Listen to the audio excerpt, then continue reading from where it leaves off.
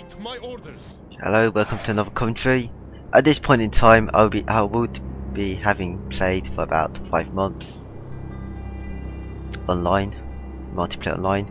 Looks like my ally is Githia, and his name is Bob of the Evocati clan, and his rank is Grand Poobah. Okay, so I'm guessing he's having fun with his name, and I'm still in the 5th clan, and I'm apparently still a recruit, though I do believe at one point I've just kept the recruit clan tags on because I prefer the look of it. You might have noticed that I put the clan tags in small letters. Perhaps I felt that my name was much more important than my clan. I suppose I just felt like that just looks better. So it looks like I've taken a very typical Egyptian army, very carrot heavy, so looks like 8 carrots, that's not right, is it? No, 6 carrots. Strange enough, I haven't taken any carrot archers, although it doesn't matter. 6 feral guards, 6 bowmen, and 2 pharaoh's bowmen. So it's not a typical Egyptian army, hasn't got any carrot archers, and it's got a lot of bowmen, but I wouldn't say it's a extremely strong contingent. Some people would take 6 pharaoh's bowmen, which are extremely elite long range bowmen. So Bob here has taken 4 archer warbands, 4 chosen archer warbands, 6 headhunting maidens, and 2 Scythian noble archers. For me, Scythian noble archers has fallen out of favour, even though they look very cool. I don't think they're effective use of your money, even though they are long range and very powerful. So I'm playing against Hades of LOA clan. I don't recall anything about that clan at the moment, and against LOA clan and Kiwi. Okay, I thought it was in the SOR clan, but that shouldn't matter. So Kiwi's a very famous player, he's a very good player. Hades I really can't remember, I don't really recall him. So looks like we're both swapping sides, both of us. So there's a little bit of a juice, you could say, a little bit of movement, formation movement at the start of the game. We're both trying to gain as much advantage as possible over each other already. Look at this army, you can say that my side has a definite cavalry advantage. It is possible that my cavalry would wipe out his cavalry combined with headhunting maidens, but conversely, if the barbarian warlords are used very well, he would be able to totally wipe out my Egyptian carrots, wrap them all, and the headhunting maidens as well, leaving only the archers and infantry, and you can kill off the archers very quickly. Though carrots are not very good at killing off missile units, but he's got militia covered for that. So he's got a very good army here. He's got, that's probably the general, isn't it? The Spartans, just is, they've got high morale. So looks like a bit of a skirmishing going here. I sense weakness. These units are off at the side here, even though they should be marked to the line. He's got head hurlers and slingers, very standard. You might notice that I don't generally try to tell you what the British has, because it's very obvious once you play them long enough. I just say, yeah, slingers, barbarian warlords, and head hurlers, done. And 2 units of British light carrots. So he's moving up his own archers. We definitely got the archer advantage. So this will all probably depend on how well Hades will use his own barbarian warlords, or how well the militia cavalry will be used. So it looks like he's using his headhunting maidens off to the side here. I'm trying to engage with my Egyptian carrots. I'm drawing off some barbarian cavalry. He might move up his armoured hoplites. So at this point in time, I'll say that the tactic to use here, if I was on my side, would be to see what could be done to avoid the infantry and try to kill off as many archers and cavalry as possible. While on his side, he should try to play defensively and see if they can kill off the headhunting maidens while avoiding the Egyptian carrots. So my Egyptian carrots are in a bad place here. They are getting routed, they're getting surrounded and routed, and they came sort of piecemeal.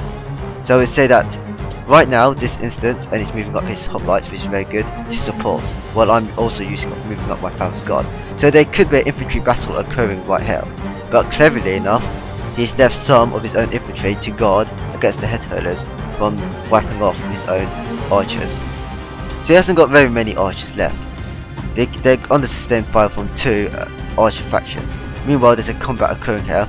Though I moved just about all of my own infantry off, I remain confident that my ally would prevent such a thing, prevent the cavalry from attacking, and they did. But they didn't prevent it very effectively, since it managed to charge 1 through. So it looks like I got an advantage here. My Foreign Guards vastly outnumber their own infantry at this very localized area, and he's using his own headhunting maidens to good effect. So these headhunters should be very useful against my own extremely bunched up Pharaoh's Guard, my own infantry, which is very bad of me, because since they're all so bunched up, they shouldn't be. They should be trying to surround and rout them as quickly as possible. He's charging in the Greek cavalry. I don't agree with that decision, but I suppose he's trying to stick their Pharaoh's Guard in place. He's moving his headhunting maidens. He's probably hoping to rout their headhunters. So I'd say that it's more of a bad formation that the Hades did. He didn't cooperate very well with his ally, though Kiwi tried very hard to compensate for that, moving 2 or 3 of his own infantry units. These Hades didn't respond very quickly enough. So even though it actually seems slow, I can say with definitely that Hades reacted far too slowly. I mean, he hasn't got enough of the barbarian warlords left, so now you can't kill off the headhunting maidens. So the Swallows have a definite advantage. Since his own archers have been killed off now, I suppose the tactic now becomes one of trying to kill as many cavalry as possible to preserve what is left of your own slingers. And hopefully in the end you have wasted enough arrows of the bowmen that you'll be able to form a ring of armoured hoplites that is unaffected by archers. This general is the perfect enemy. He does not stand but So fight away. if you look at this, what I have left are archers. What he has mostly left are also archers. With a few, these headhunting maidens, they may regroup. He's got some skiff and noble archers here, though they're not very useful against slingers, but the slingers are shooting at them for whatever reason right now. Oh, they must have regrouped here. So, or not, the regiment must have been drawn away then. Yeah, sometimes you won't be able to see all the action. You have to go to practice moving the camera around, and I'm trying not to make anybody watch this dizzy, because I've actually put up the speed for rotation. I can spin around very fast if I wish to do so.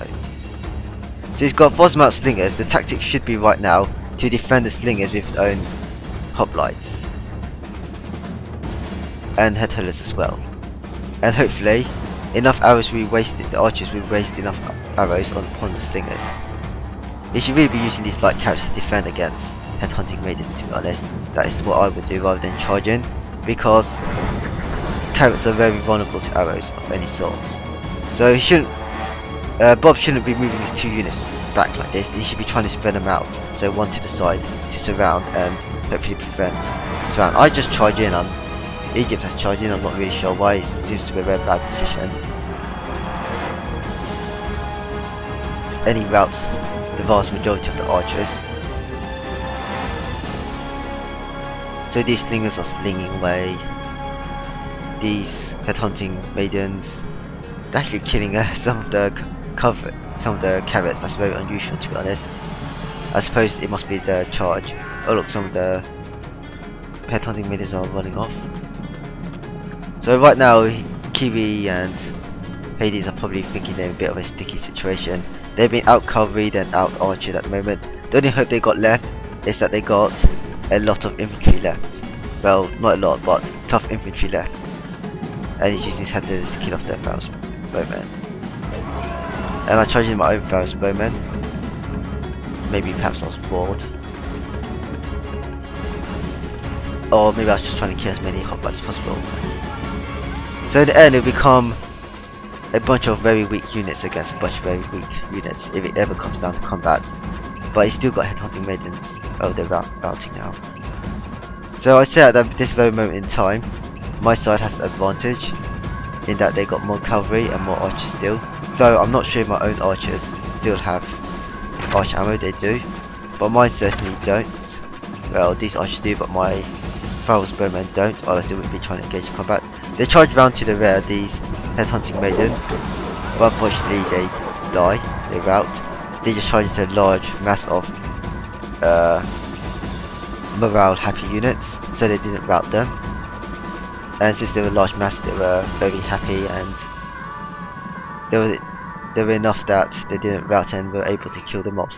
So they can't shoot at point blank range. This is a very bad idea, as can be seen. I was actually saying it's a very bad idea because the Lynx would kill them all, but it turns out the headhunters had plenty of ammo and killed them in return. So it looks like the combat has been engaged here. Perhaps these archers have ran out of ammunition, and they should be trying to surround them. It looks like the Greeks are routing now. Spartans run away. So he's trying to throw in the head hurlers. If he gets lucky, he could rout the archers. But oh, look at that! These headhunting maidens were excellent. They're actually running. They actually routed the field headhunt. They actually routed the field. Too many heads. Head hurlers. So that's good. That's 20 men. That's very good. And engage them in combat so they couldn't throw away the heads. So they're throwing the heads at point blank range. These thoroughbowmen should rout very quickly, unless reinforcement pairs. So this the power of cavalry is that since they're fast and mobile and they can charge to the rear, they can rout units very quickly. So combat's engaged, but these slingers, they're in a kind of bad position. They should try to be spreading themselves out, but I suppose because of the threat of cavalry, they were all very bunched up. So this becomes in essence archers against archers, archers fighting against archers, and well, headhunters count as Japanese men, I suppose. I just call them skirmish cavalry. You know, light cavalry, light infantry. So even if you got archers and javelin men charging to each other. So this has been a very interesting battle. So one side with infantry and carrots, and the other side with carrots and archers and lots of infantry. So this has been a very skirmishing battle. Though, even though there was one, that would be the Greeks, one infantry style faction. And that would be the end of the commentary.